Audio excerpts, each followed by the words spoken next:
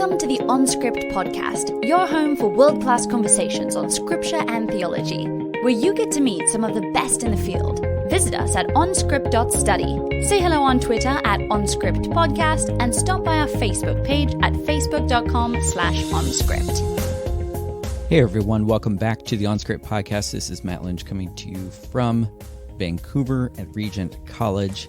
I'm a co-host along with Matt Bates, Drew Johnson, Aaron Heim, Chris Tilling, Amy Brown Hughes, and Jules Martinez Olivieri.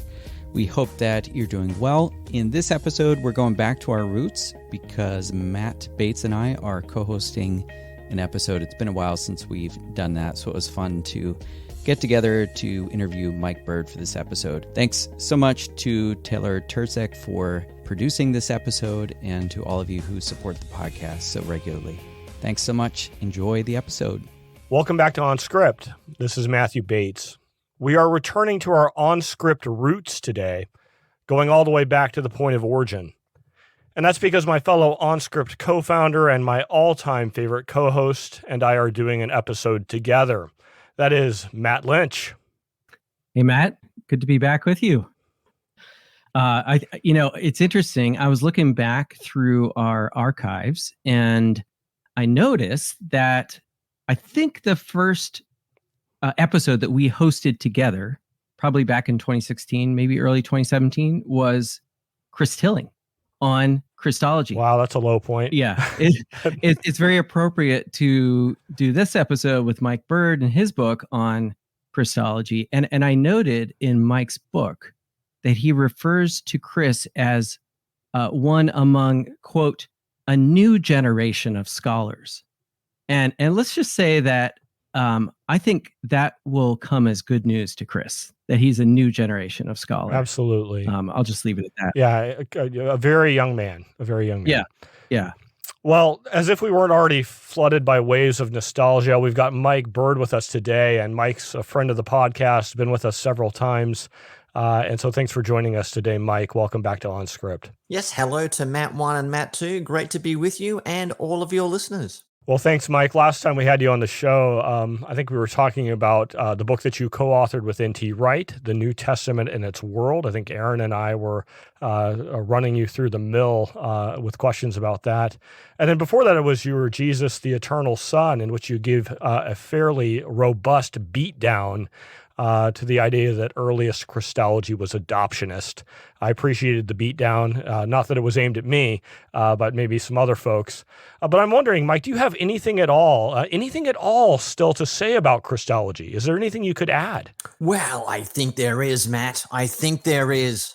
And I found it in my latest book, Jesus Among the Gods, Early Christology in the Greco-Roman World, where I try to bust a whole lot more myths out there and try to make ontology, the study of being, great again and relevant for the study of early Christianity. Wow. Thanks, Mike, for trying to make Christology great again. That's an ontology great again. Yeah, that's a noble slogan. You might get somewhere with that slogan if you were to run with that slogan.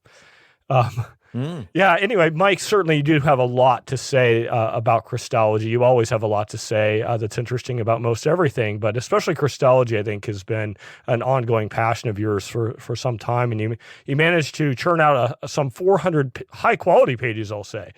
As you mentioned, this new book, Jesus Among the Gods, Early Christology in the Greco-Roman World, fresh off the press with Baylor University Press. So in your book, you're reacting to a popular scholarly narrative that I think is fair to say has dominated theological discussion for some 200 plus years. Would you take us briefly through the popular narrative of Christology as a way of kind of setting up the conversation, because certainly you're reacting against portions of that popular narrative. But what is the narrative? Okay, the basic narrative is something like the early church regarded Jesus as divine, but it kind of evolved in the intensity of the divinity ascribed to Jesus. So he's, in Paul's letters, he's kind of divine. He's maybe a little bit more divine in the Synoptic Gospels. And then when you get into the book of Hebrews and the Gospel of John, then he's super duper uber mega divine. Okay. And there's different ways we can talk about Christology. We could talk about a functional Christology. I mean, Jesus does some divine functions, judging, saving people. Others want to talk about Jesus receiving divine worship. Other people want to talk about Jesus participating in a divine identity, and all the ontological discussions about the very nature of a God, what it means to be a deity. That does happen, but that happens in the 2nd century and then crystallizes in the Nicene Creed, where Jesus is eternally begotten and that type of thing. I mean, that's what I see as the standard narrative when it comes to the discussion of Christology in the New Testament. But what I want to say is the nature of a deity, what we call ontology, was part of the religious grammar in antiquity.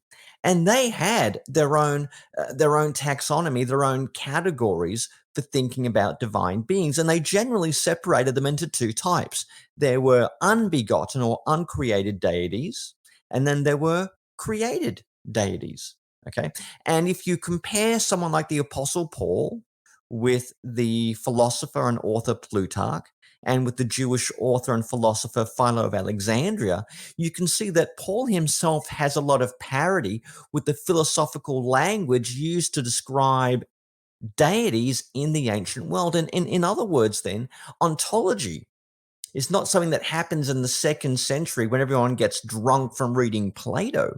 People like Paul, the writer to the Hebrews, and the Johannine literature, it is certainly immersed in the same language, in the same descriptions of divine beings you find in the ancient world. So we do need to think more about ontology. What is a divine being when we come to Jesus as he's described in the New Testament? So, Mike, would it be fair to say with that sort of dominant scholarly narrative that you outlined that a modification in recent years has been to at least sort of push the functional side of things back earlier, or at least to introduce the category of functional identity with Yahweh or functional worship of Jesus as it was given, that worship was given to Yahweh. So that's kind of moved earlier, but now you're wanting to fill out that earlier picture to say the stuff that's associated with later developments like ontology also comes earlier. Yeah, and I think we can sort of not so much correct and replace, but kind of fill in some of the gaps. Jesus does undertake certain divine functions, okay? Like saving people from their sins, okay? He's an agent of judgment, but you can also find other intermediary figures who also have a salvific role, or who also receive certain types of veneration, or who also have a role in the final judgment. And that's always been the issue with the functional Christology. Okay, Jesus is divine in some sense, but that's just, the same thing that you might find from any other intermediary figure, whether that's the Son of Man in 1 Enoch or Melchizedek in 11q Milk. I mean, so in one sense, Jesus would just be divine on this somewhat lesser and lower level if you're simply operating in functional categories.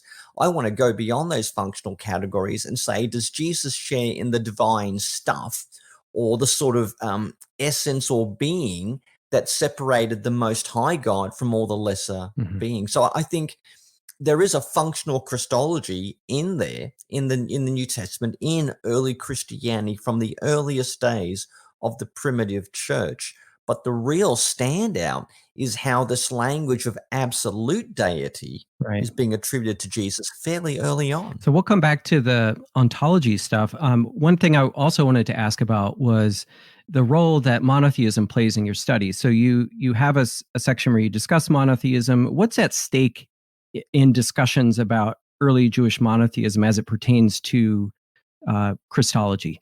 Yeah, well, a number of people are arguing that ancient Jewish monotheism was not particularly strict, that, being divine was kind of a spectrum. Angels are in a certain sense divine.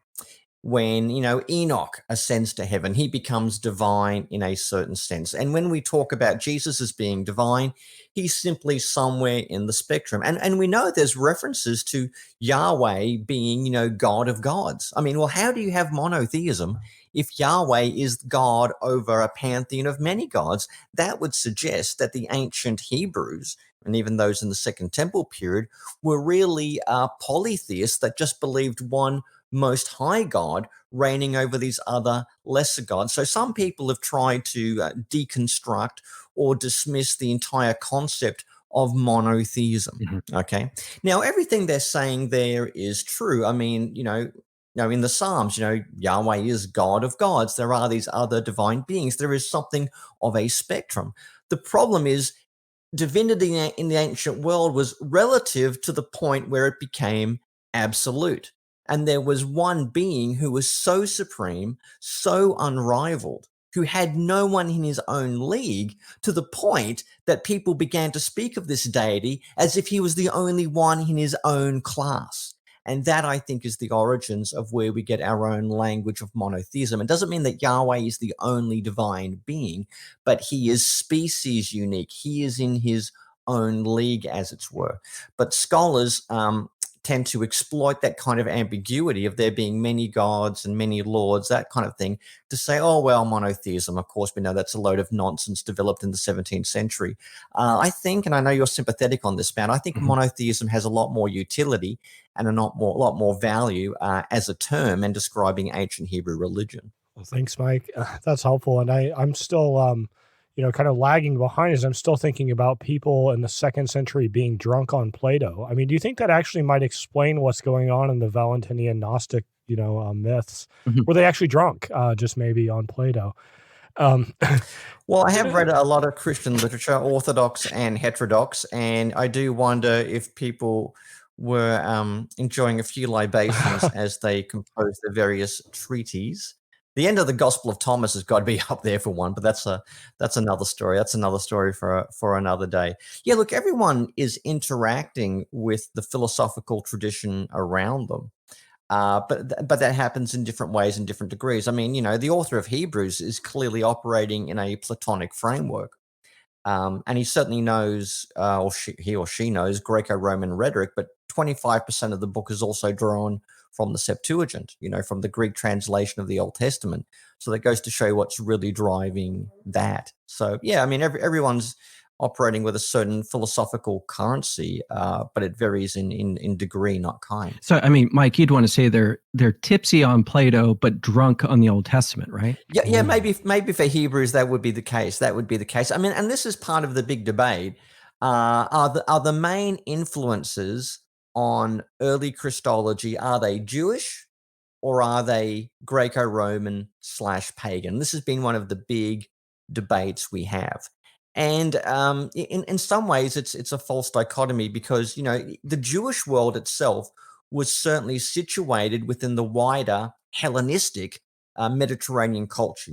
As we all know, Alexander the Great and his army had come through in the 4th century, and the whole Eastern Mediterranean in varying degrees was Hellenized. And then you got the further overlay of Roman culture as well. And that had a big influence.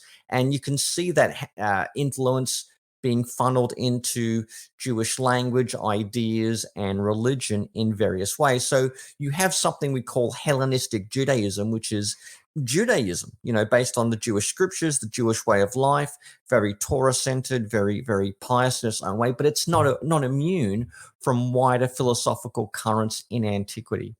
And yet people want us to choose, well, are the main sources Jewish or the main sources Greco-Roman? In my own mind, I think we have elements of both there. That said, I do think simply going on the number of citations and allusions and the raw intertextuality of the New Testament, that the Old Testament is overwhelmingly the major influence on how people have thought about Jesus and verbalized their experience of Jesus. Well, I'm going to take us into the heart of the matter here with your book, which is ontology. So we might want to ask, as part of that, what you mean by ontology, just to clarify that maybe briefly for us. But beyond that, whenever someone claims something like the New Testament teaches that Jesus is God, we have to be very careful thinking about what the word God means, right? And I wonder if you could maybe catalog some of the faulty assumptions you see brought to the table, especially from modern contemporary readers, as they retroject ideas back into the first century. Where do they make ontological mistakes in thinking about the category God? And so maybe clarify ontology. What do you mean by that briefly? And then where are the common mistakes with regard to contemporary readers misapplying ideas about God? Yeah. Okay. When I talk about ontology, I mean the study of being and looking at the question of what, what is a God? What is it that makes someone a god? That kind of thing. That's what I'm looking at. That's the study of ontology is the what is something. So what does it mean to be divine? When it comes to mistakes that are made, scholars seem to be very, very urgent or worried that they're not reading the categories of the later church into the New Testament. Okay, so people are very allergic to anachronism, assuming that when the 4th century church fathers and church mothers, when they spoke about Jesus in their creeds, in their exegeses and their theological treatises, scholars want to make sure that kind of understanding is not being anachronistically read back into the New Testament, which is a legitimate concern. But to that end, I think they've gone too far, and they've bought into the idea that that there is no ontology in New Testament Christology because they're so anxious about avoiding anachronism. Now, that becomes problematic because there was ontology discussed in ancient religion. And I remember reading through Philo when he's talking about Gaius, Caligula. Philo says, claims he's got he has the form of divinity. And Philo says, no, he doesn't, because he doesn't have the ousia of divinity. Now, Matt, you know some pretty good Greek. I'm talking to Matt Bates here, not the Hebrew Matt. I know Matt Bates, you know some pretty good Greek. What does ousia mean in Greek? It means being or essence, like, to connect it to the word is, right? Yeah, so. I know. And so in terms of talking about why Caligula is not a deity, Philo jumps to ontological language. He might prance around dressing up as Mars or whoever he likes, but he doesn't have the stuff of divinity in him. And this is roughly contemporaneous with the beginnings of early Christianity that this literature is coming out. And yet no one seems to notice this, or using the main taxonomy for talking about divinity in the ancient world, which is, are you a unbegotten God or a begotten God? And all I'm trying to do, as a good comparative historian, is put the New Testament, particularly like Paul and the Gospel of John, in dialogue with people like Plutarch and Philo and others who are using this language. So that's why I think we need this correction, and we need to come back to ontology. That doesn't mean we understand ontology in the same way they do in the 4th century, where I think it is a little bit more frayed, it is a little bit more developed, it's got its own technical nuances and connotations, but there is ontology there in the 1st century, and I think definitely in the New Testament. Mike, I think we should highlight those two categories of God that you just mentioned, because I want to make sure people don't miss that. Could you just unpack those two categories of deity? Because that's important in your study. Yeah, well, let me come back and tell a story, okay? I was once in your wonderful land, the United States of America, up in where was I? Washington State, in a charming little town called Bellingham. Really is a nice place. And I stumbled into a little bookshop, and I came across a copy of a volume by Plutarch. I think it was his Moralia, and I'm reading through it. And he refers to two different types of worship of Apollo. One where he's an unbegotten deity, and another one where he's a begotten deity. And I looked at this and said, look, I'm familiar with this language, But I'd always assumed this is something that belonged to the much later church. It was a somewhat Christianized way, a technical way of talking about Jesus as divine and in differentiation to the Father. And that was kind of the rabbit hole I fell through when I realized in the ancient world, these were among the main ways they talked about divine beings. So you have an unbegotten deity, which you might call an absolute, eternal, impassible divine being. And then you have people who you might say are promoted to divine honors, like someone like an emperor who ascends to heaven and is deified, or many of the heroes of antiquity. I mean, in biblical usage, we could talk about Enoch and Elijah being assumed into heaven. That would be a type of being promoted in divinity. The best analogy I can think of is there's like the two different ways of being divinity. You can be a member of the House of Lords. This is a British political metaphor where it's a kind of hereditary thing you have. You're a member of the House of Lords, or you can be voted into the House of Commons and elected into it. So these are the two categories of divinity. Is it something that's hereditary and you have by pure being and biological descent, or is it something that you get elected to on the basis of merit? That seems to be the two types of divinity in the ancient world. And I wanted to ask, well, if that is the sort of the taxonomy we're using, which one is Jesus according to the witness of the New Testament and early Christian literature? Did they think of him as a begotten divine being or as a unbegotten divine being? And which is he? Well, it depends which literature you read.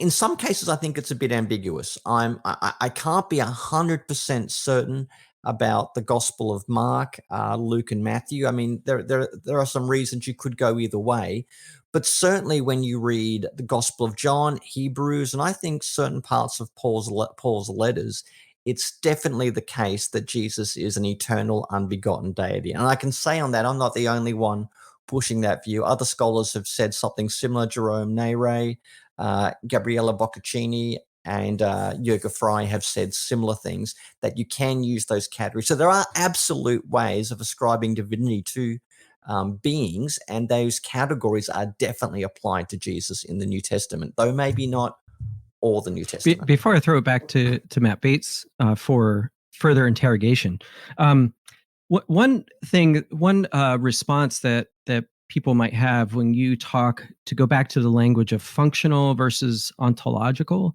some people talk about a functional ontology.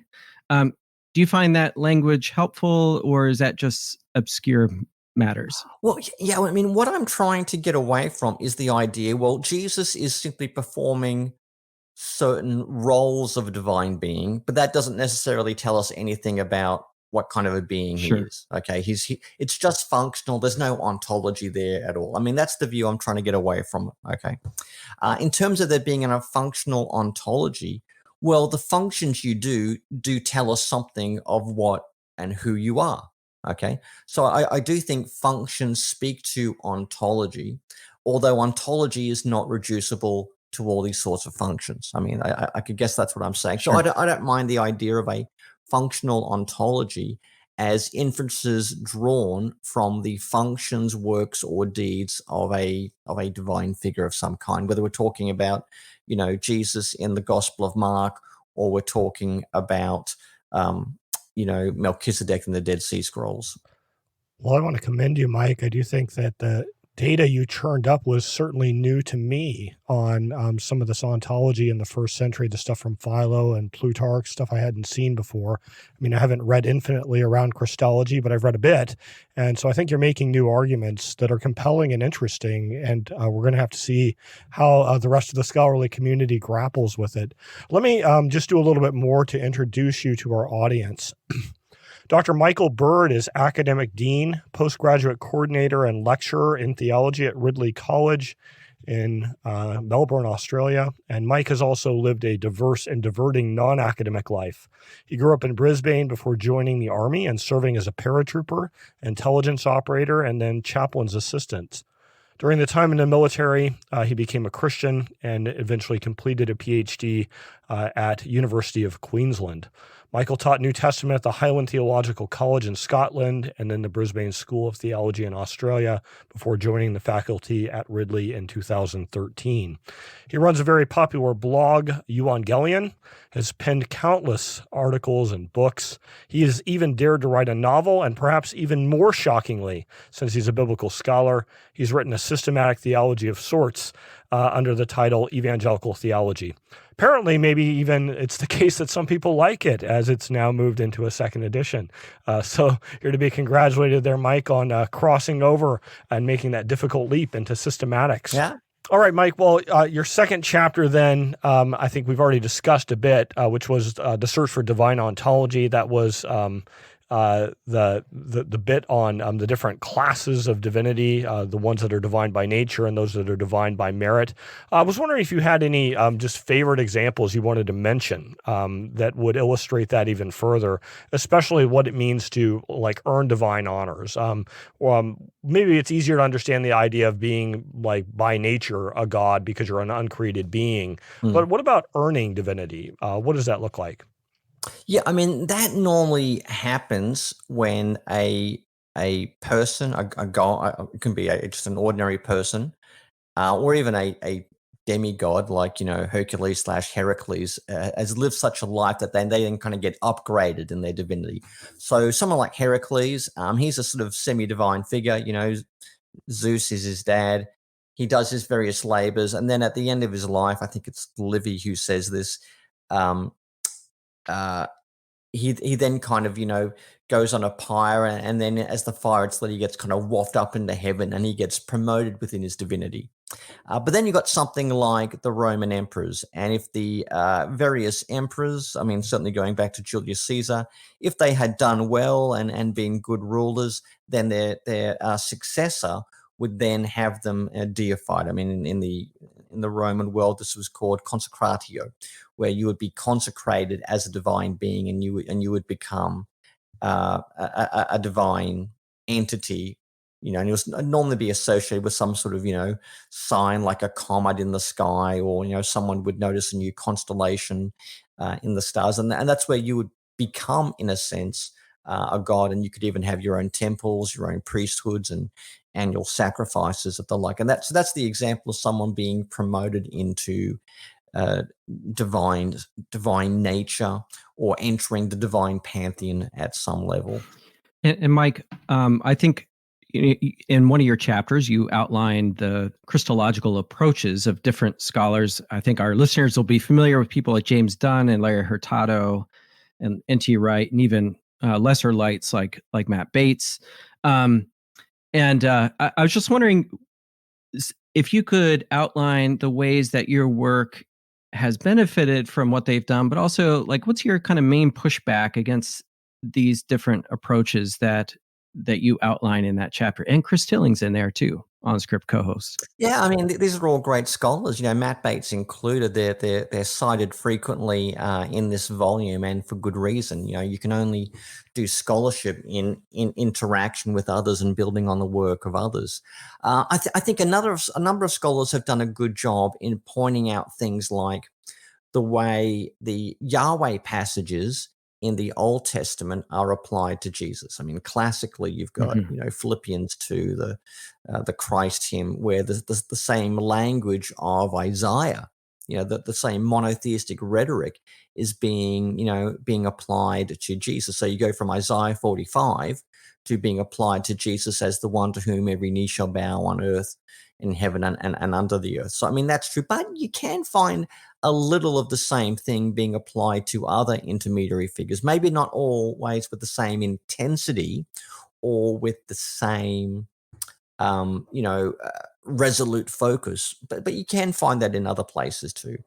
Someone like Larry Hurtado likes to say that Jesus is worshipped in a cultic way that is generally applied to Jesus, and I think that's true, particularly when you get somewhere like the Book of Revelation. You get angels who refuse to receive worship, and yet all of creation is worshiping, the Lamb on the throne. So Jesus in the Book of Revelation is clearly receiving divine worship.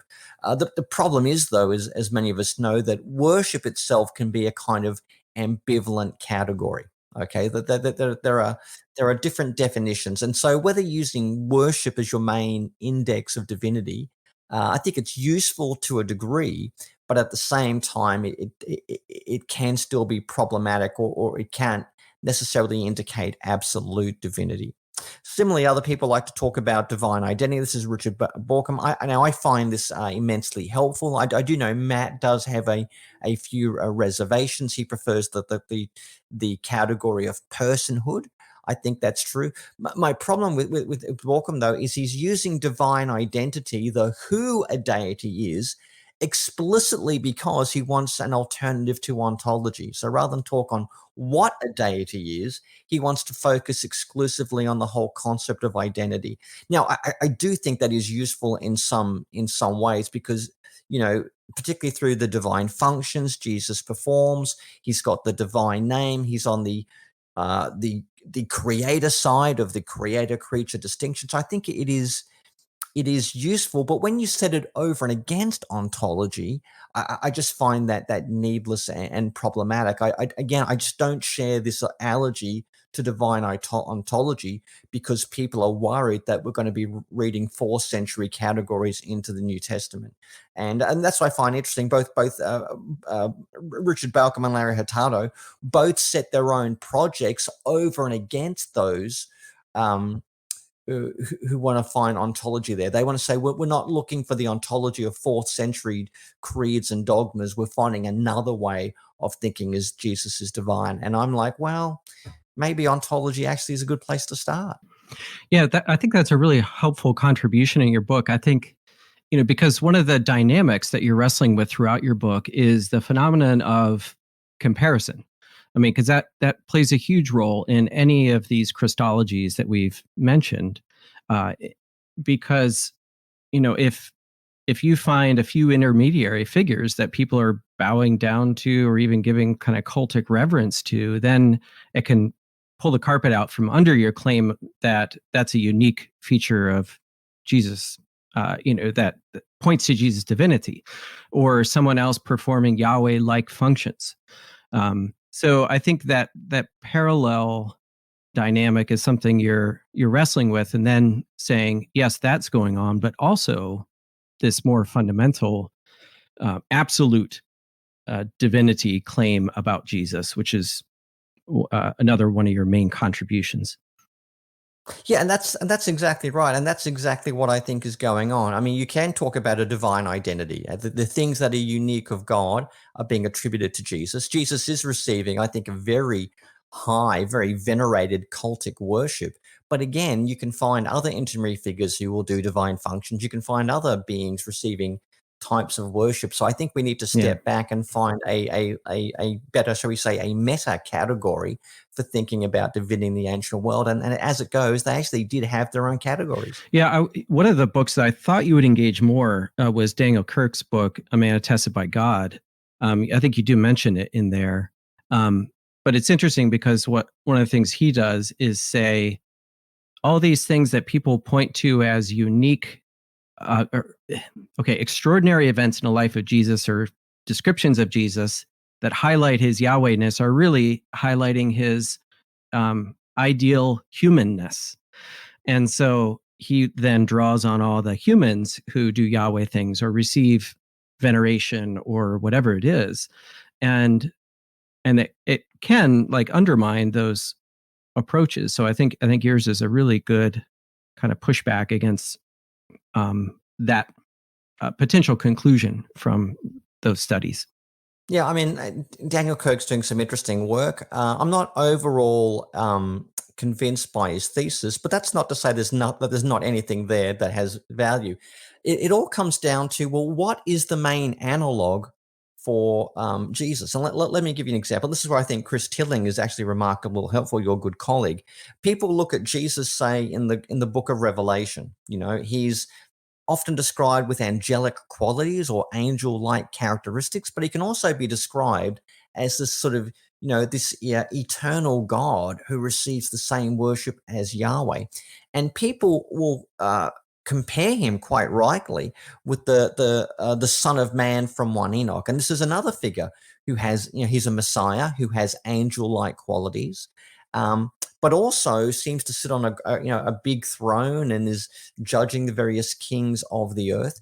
And you can naturally compare Jesus with the Son of Man from 1 Enoch, where Chris Tilling, I think, is right, saying, well, it's not just with 1 Enoch, because in the book of 1 Enoch, particularly the similitudes of 1 Enoch, there's also a character called the Lord of Spirits. And as it turns out, Jesus has a lot in common with him as well. So it comes down to a question: what are the closest analogs for Jesus when you're looking at? Because you can pair any two things. I mean, you can compare Vegemite and Nutella if you like, and there you will discover a very sharp juxtaposition, because although they both have a very dark color, they both go on toast, they taste nothing alike. And have cult following, cultic devotion, I would say. Yeah, cultic. Well, in Australia, Vegemite does have cultic devotion. It's good for you, full of vitamin B, nice and salty, good with avocado. But I mean, you can compare Jesus with like the Son of Man in 1 Enoch, but you can also compare him with the Lord of Spirits in 1 Enoch. So why do we choose one analog over another? And that's what we've got to remember. Anything can be compared together. The question is, out of all the comparisons we make, what are the similarities? What are the differences? And what is the figure that Jesus is most like? I've tended to argue that Jesus is, in many respects, like an intermediary figure, whether that's angel Michael in the Qumran scrolls, or some of the divine beings that Philo might talk about, like the Logos. But I think he has more similarities with Yahweh from the Old Testament, or the different ways of thinking about an absolute deity in the context of antiquity. Well, thanks, Mike, for that brief recounting of some of the history of scholarship there. And I have to say, though, some of what you added was really not very useful. We didn't really want to know what Chris Tilling did well. What we really wanted to know is what Chris has screwed up. Oh, yeah. He's one of the co-hosts here, and that would just be far, far more useful information for Matt and I to know where is Chris Tilling wrong. That's what we need to know, Mike. Should we put him on probation? I would rather die than speak ill of Christopher Tilling. I would rather die. But nonetheless, I will proceed. I mean, Chris Tilling is a great Paul scholar, very good on Christology, very good on exegesis. Where does Chris go? Where does Chris go wrong? He's a little weak on Bart. Yeah, he does. He does have a bit of a weird Karl Barth thing, and he just drones on and on and on about Bart, on. He does have a little bit of a Karl Barth thing going on that. Well, I mean, Chris is good at two things, I think. One, he's good at the exegesis of Christological texts in Paul's letters, and I've always thought he would make a great mince pie salesman for Tesco's. I could really see a brand of mince pies endorsed by Chris Tilling. And I mean, I know I, for one, would buy them. I don't mind a nice little mince pie. I would definitely buy a packet of mince pies endorsed by Chris Tilling. Oh, that's beautiful. Well, it's time for a speed round, Mike. Are you ready for some quick questions? You just have a short answer or replies to these. You don't really get to defend yourself. You just reply. So you ready for your first one? I'm practicing ready. All right. So first one. Do you, Mike, have any pet peeves? Yes, I do. People who drink coffee.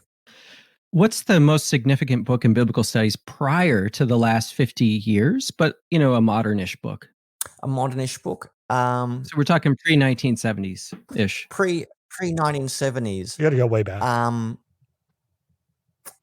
Oh, boy, that's a hard one. I think any of J.B. Lightfoot's old commentaries, I think they're all still pretty good. You can still read them today, and they're still full of great insights. I mean, this is a guy who knew the Greek language inside out, and he knew his classic sources. So anything by J.B. Lightfoot, I think, is still worth reading today. Yeah, Lightfoot was a genius. All right, you got to give us a book or author that's outside of Bible or theology that you think's reading. Could be fiction, could be historical, something outside our area that you think's worthwhile.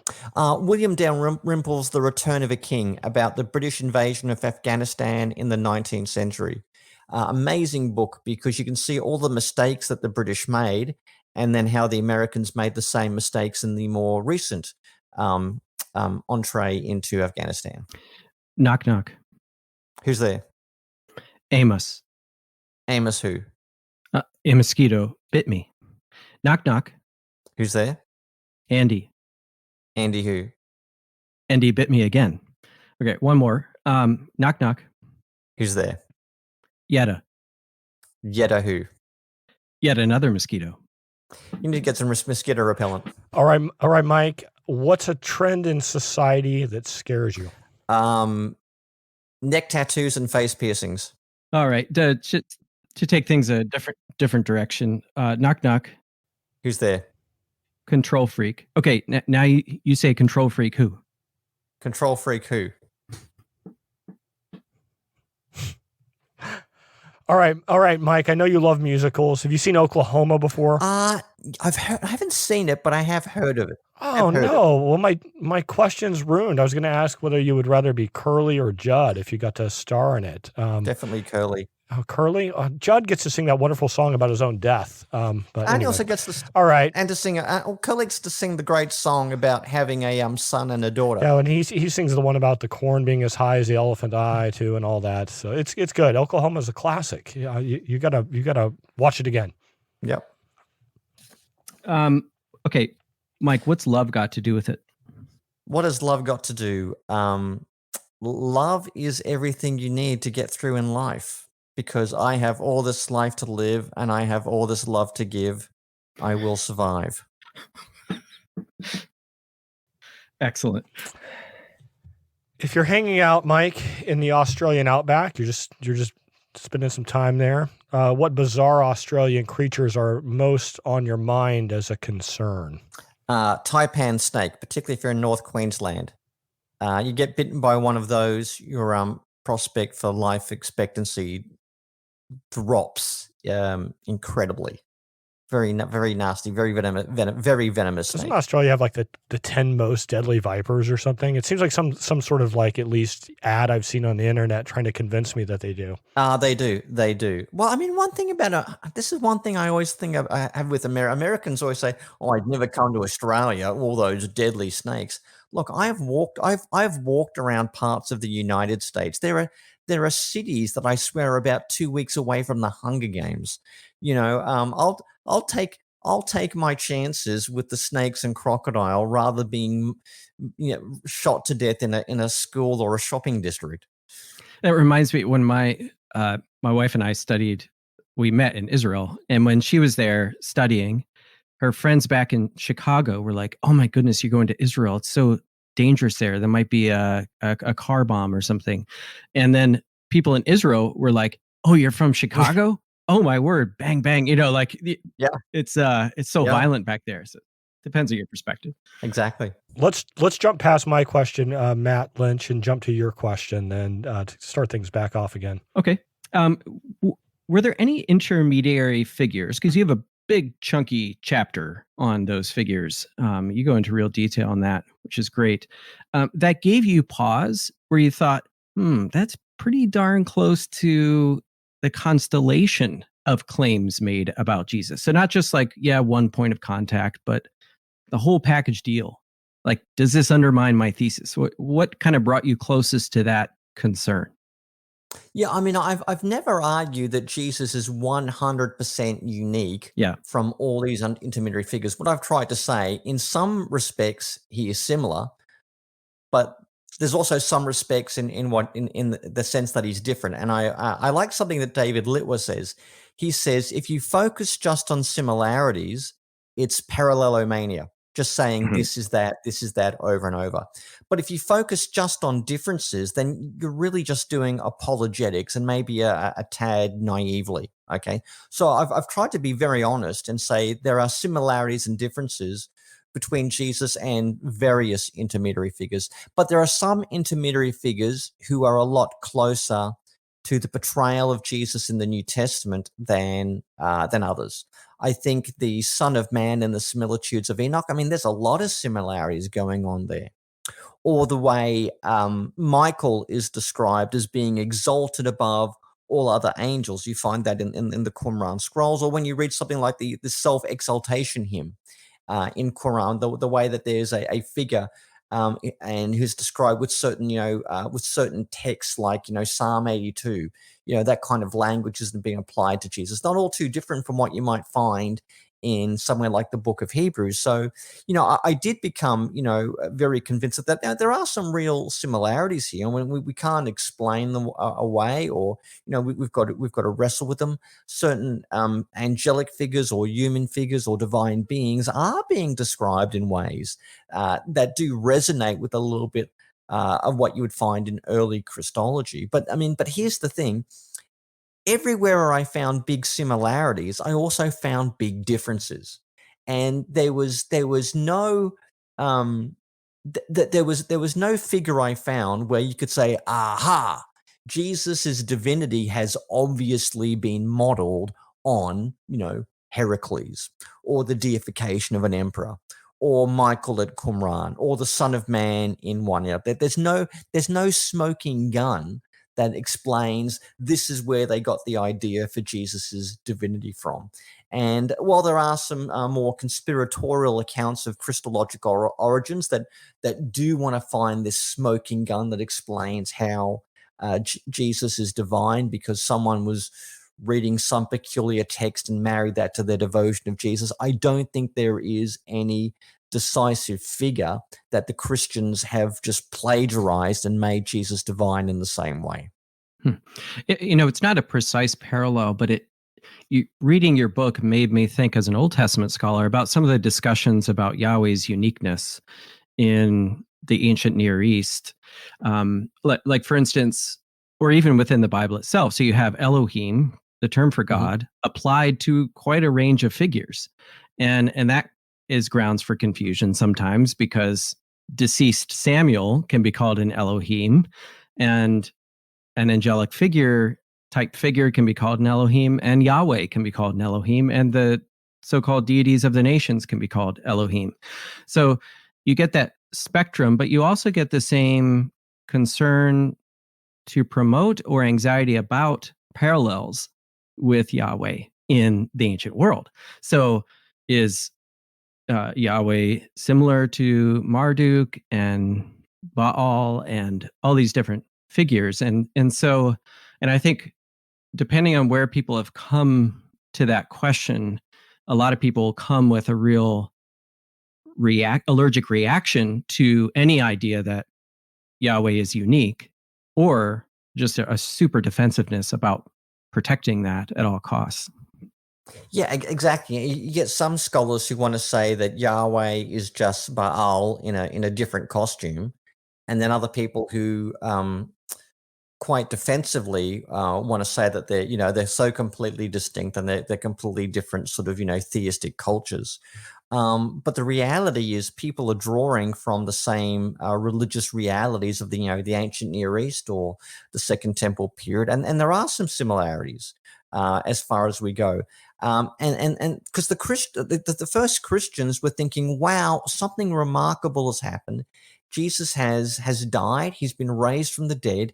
He's exalted. What is the language we use to describe what we've seen, heard, and experienced? I mean, and they just drew on their common repertoire of ideas that was around them, the words, the languages, the images, the stories about them. Now, frequently, I think that their main default setting for explaining how Jesus is divine is to go to the Old Testament, particularly somewhere like Psalm 110 or Psalm 2, or looking at somewhere like Daniel 7. They're just drawing on the language they know for a way of describing how Jesus is divine and how his divinity and his functions, being, and purposes relate to the same thing of the God they also called Father. I think it's fair to say, as we kind of look at the landscape of comparative work, that one intermediary figure or set of figures above all else have been fronted by recent scholarship, and that would be the Imperial cult and, the idea of the deified emperor.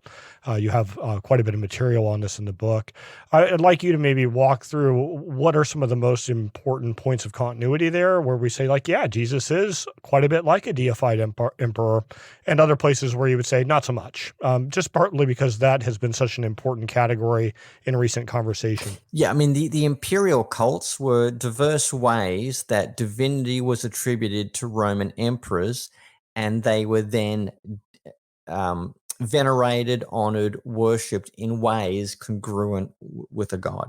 So one of the greatest honors a king, an emperor, living or deceased, could receive would be to receive worship equal to the gods. I mean, and that's a phrase that you find, equal to the gods. So Augustus, the Roman emperor, did great things for the people of the Eastern Mediterranean. He saved them from civil wars, saved them from famine, protected them from the dreaded Parthians in the East. And for his great benefactions and mercy, he was awarded honors equal to the Olympian gods. Now, here's the question. When Paul says Jesus is equal to God, is he thinking in those same terms? Is he thinking equal to the God in the same way that Augustus was heralded as equal to the gods? Now, you can see how someone hearing that may well have that idea coming to their minds. Equal with God might mean something along the lines of the imperial cults.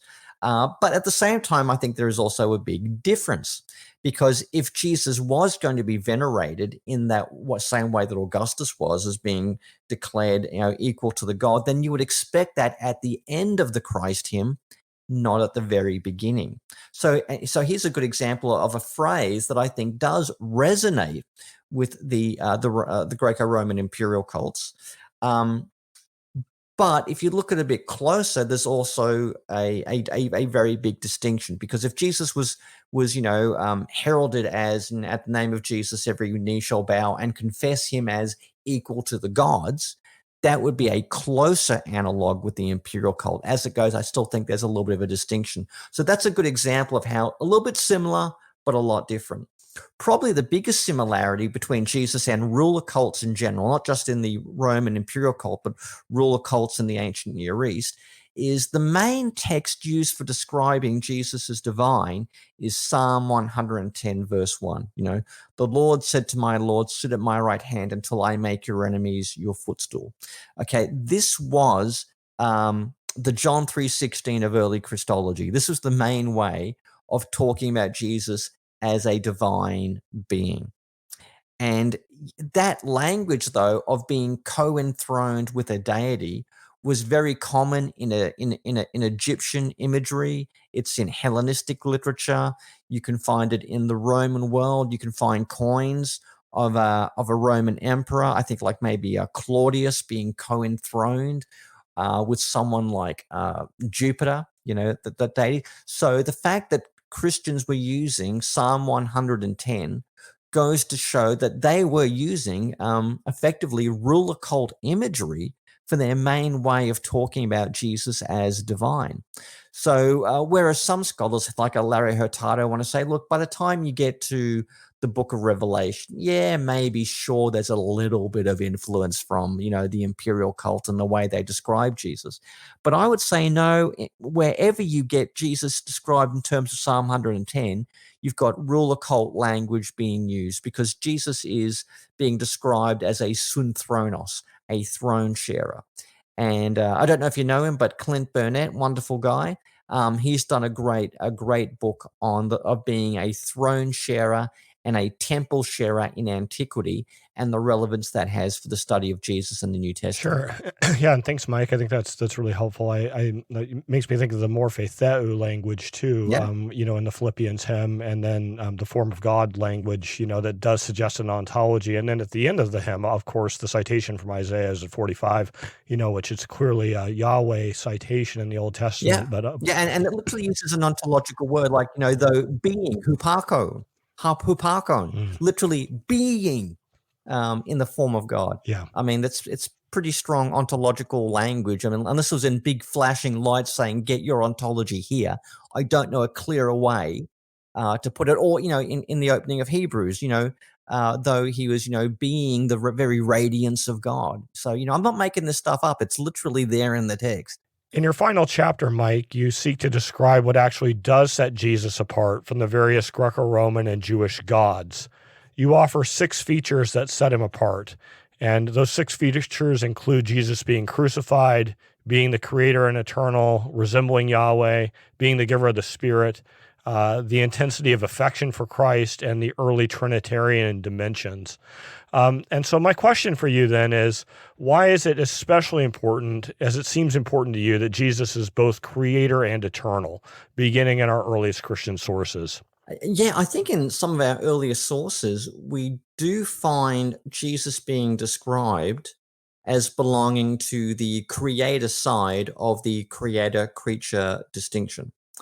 And I mean, look, there are various demiurges in antiquity, figures through whom a most high God would create through. I mean, you find that in Platonic literature as well.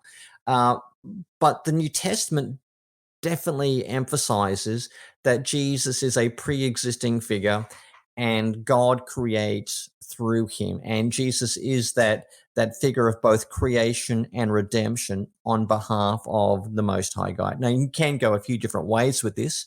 Gnostic literature goes in its own way. Jesus at most is the curator of the pleroma, the sort of, this home base or this gigantic cosmic bubble through whom all these various emanations come. So there's different ways of talking about demiurgism in the ancient world. But the apostolic generation and the writings that become the New Testament and proto-Orthodox literature are very big on Jesus being the supreme agent of creation. And the other thing that I find very interesting is that, I think there is a incipient Trinitarianism there. And I mean, this has already been done in a couple of different ways by different people. Wes Hill's done a brilliant reading of the Apostle Paul, showing how the Apostle Paul really did contribute to the development of Trinitarian thought. One of my own former students, Brandon Smith, he's got a great book on the Trinity and the book of Revelation, looking at, the path from Nazareth to Nicaea really has to go through Patmos. We could also talk about, I believe, Thomas Wynandy's recent volumes on the Gospels, looking at how you have a very somewhat elaborate doctrine of God. I mean, ironically, people think of the synoptics as being low Christology. I mean, low Christology means it's not exactly the same as John, therefore it must be low Christology, which is a pretty weird way to define low Christology from my mind. But the way Jesus is described as divine, he's not an independent being. He's not merely a personification of God. He is an independent person, but his divinity is not independent of God the Father and the actions of the Holy Spirit. And I do think that is interesting because the divinity of that is ascribed to Jesus in various types of Christian literature is never removed from what we might call this incipient economic Trinitarianism. Jesus saves as he's been sent by the Father and empowered by the Spirit. And I think that is one of the more interesting, and if we want to say so, unique facets of the development of early Christology. Well, Mike, I don't know if that's a signal pointing toward your next project or not. Oh, yeah. The development of the Trinity is the next book. Okay, fantastic. That's good to hear. Well, Mike, all good things must come to an end, including even this interview. And we want to thank you so much for the fantastic work that you've done in this book and in your scholarship. And thanks so much for joining us on OnScript. Well, thank you to the two Matts for having me. It's always a pleasure to talk to you guys. And, and part of me really did miss have Chris Tilling here. I think he would have added a lot to the conversation, particularly if he could have furnished us all with some mint pies. Yeah, well, maybe next time. That sounds great. You've been listening to OnScript, delectable conversations on scripture and theology. If this episode has brought you inner peace or lit your biblical fire, please consider a small donation of just $2 or $5 per month. Information on how to donate can be found at onscript.study/donate.